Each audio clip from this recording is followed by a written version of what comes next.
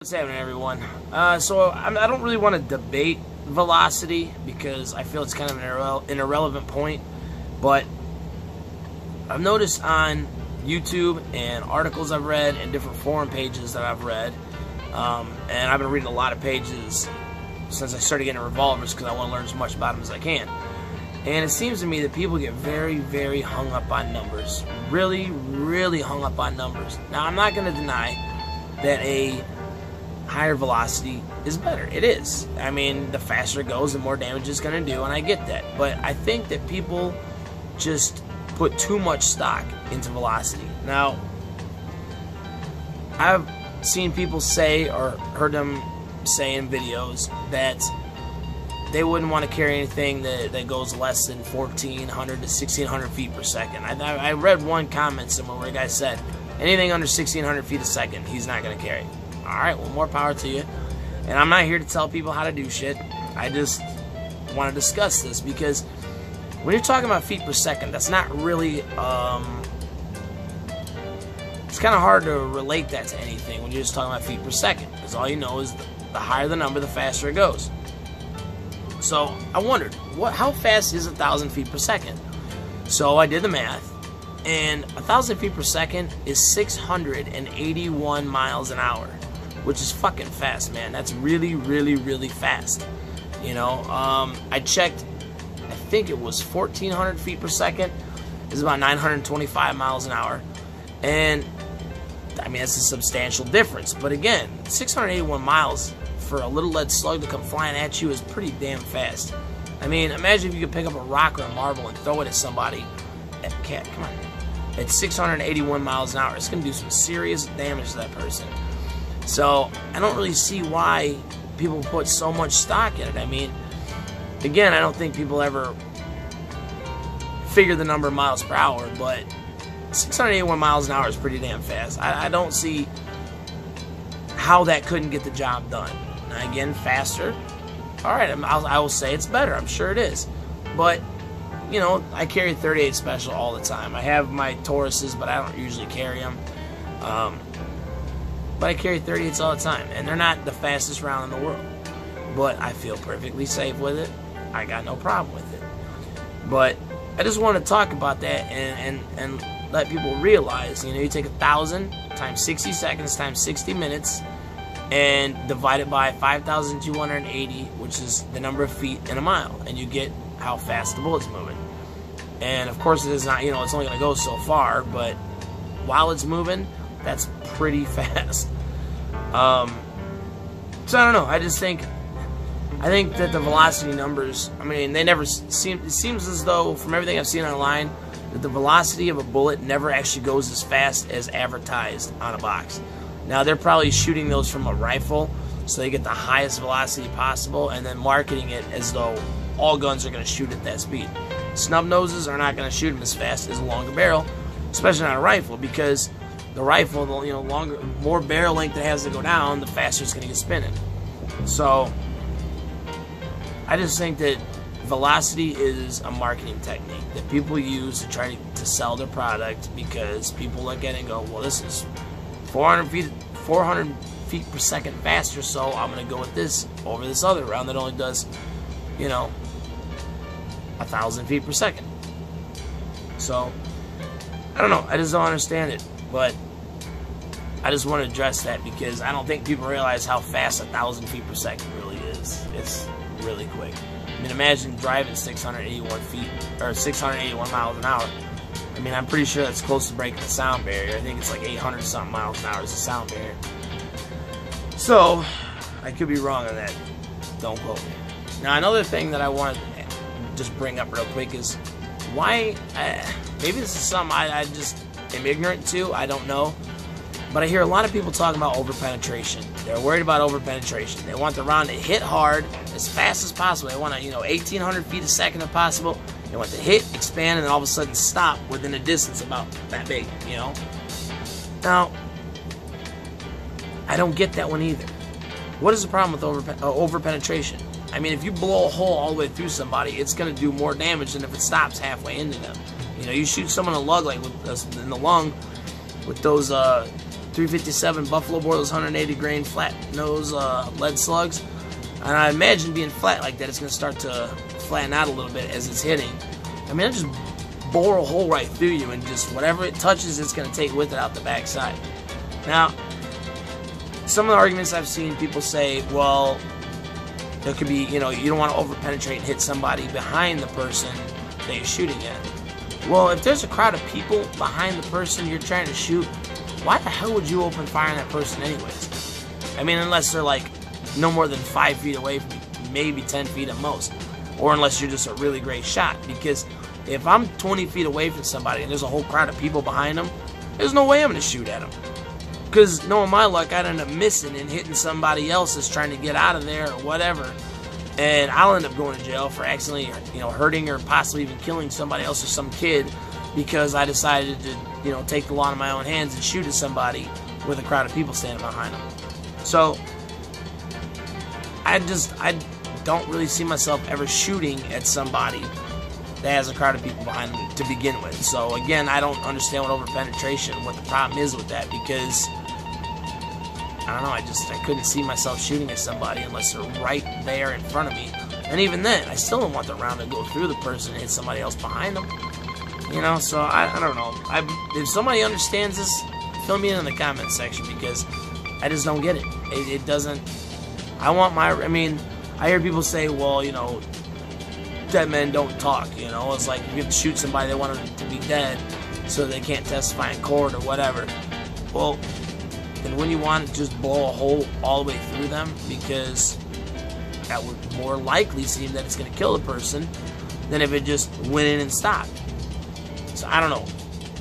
Again, I mean, people can, if they want to be worried about it, be worried about it. I'm just saying I don't understand it, because I would never shoot at a person with a crowd behind them.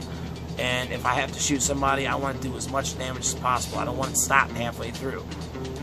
You know, and it's weird that people, they want as fast around as possible. It's going to hit as hard as possible, but they don't want it to go right through. I'm no rocket scientist, but don't you think you would want a slower, less powerful caliber if that's your goal, is for it to not go through them? I don't know, it's just me. It's just me, I guess, but I don't understand. I just don't understand those two subjects: the velocity and the over-penetration. Another one that's really ridiculous to me is the caliber debate too. I mean, hell, all rounds can kill somebody. I mean, I'm not a big fan of 22s. I don't even like shooting 22s at the range. It's boring. It's like shooting a pellet gun. I can shoot that out my back door. But you know, I mean, I always like to shoot bigger rounds at the range, just because ever since I was a kid, I mean, like I said before, I was shooting 44 Magnums years before I could drive a car, and I loved it. I loved it. 45s, 357s, I had a blast shooting that stuff.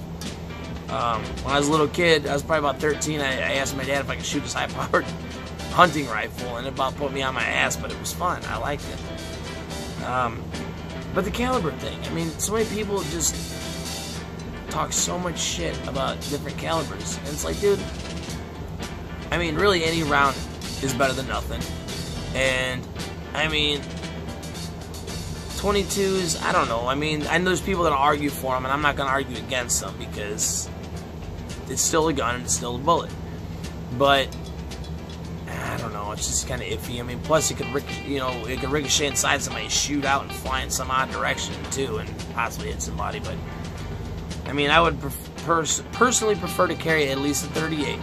That's about as low as I want to go. I know 380s will do just fine too, but I just don't really, I don't know, my own personal preference. But I don't shit on the other calibers just because I don't want to carry it. There's nothing wrong with a 380 or a 22 or a 25 auto. There's nothing wrong with it.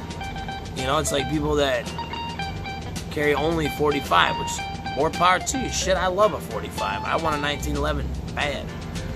But there's nothing wrong with any other caliber. They're all fine. There's nothing wrong with them. I don't understand why people spend so much energy and effort debating the abilities and the power of all these different calibers when it's all the same shit. I mean, they're all going to cause damage.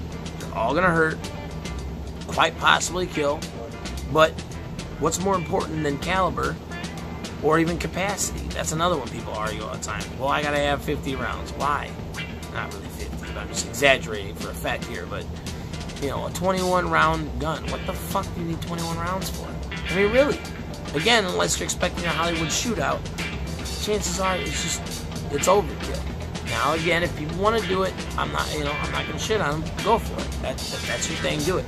In fact, I want less people to like revolvers because the price of these things has skyrocketed in the last few years because revolvers are making a comeback. So, by all means, go out and buy as many Glocks and other semi-autos as you can because I want the price of these to drop so I can buy more of them. But, velocity, the caliber, and the capacity, people are so hung up on these. But really, shot placement is far more important, you know. You shoot somebody in the foot with a 44, or you shoot somebody in the face with a 380, the 380 is probably going to get the kill shot. But, situational awareness, like I said before, you can't move your ass. Situational awareness is far more important. People, I mean, I see phone zombies all the time. People that are just walking down the street, just pay no attention to what's going on around them. They do in their cars like crazy. I don't want to get on that rant. I'm going to make a separate rant about assholes driving down the road, doing all kind of stupid shit, but people are just so lost in their own little worlds these days that they don't really just pay any attention to what's going on around them. And again, see, I've always been able to feel vibes off of people, so I've always assumed that other people feel the same shit, but I don't think that everybody does. I mean, there's been, I don't know, really, there's everybody I've met, everybody I see, people that walk past the store, I feel vibes off of everybody. I don't even have to speak to them. And there's a lot of people, I can tell you stuff about the person without ever hearing a word out of their mouth, just from the vibes that I feel. And paying attention to what's going on around you is far more important. What had happened to me one time is, you know what, before I start, let me check my pizza. Alright, my food's almost ready, so I gotta make this quick, but, long story short, long time ago, I was, like, 19, up in Chicago, blew out 2 tires on the passenger side, because I hit this median, because I missed my turn, didn't see this gigantic, like, not a curved curve, it was a straight up and down curve, and just rocked it, just blew out both the tires. So I ended up on Lakeshore Drive with 2 flat tires and only 1 spare at about midnight on a Sunday night. Now, I was sitting there with this girl I was dating at the time, and back then I didn't pay attention to anything going on around me, ever. And I'm sitting there with this girl, we're hanging out, talking, and we've been dating for like 6-8 months, so we're just hanging out, waiting. I had to call my dad and get him to wake up on a work night and come all the way up to Chicago and come pick me up. But, we're sitting there, and for, I don't know how long it was probably a couple hours before finally, passing on the other side of Lakeshore Drive, I see my dad go by. I was like, alright, cool. Cat, come here. And so, I'm like, alright, cool, we're about to, you lay down, bro.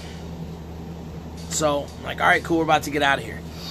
And never noticed this until my dad started to pull up. I could tell because I seen, headlights coming up behind me and somebody get over.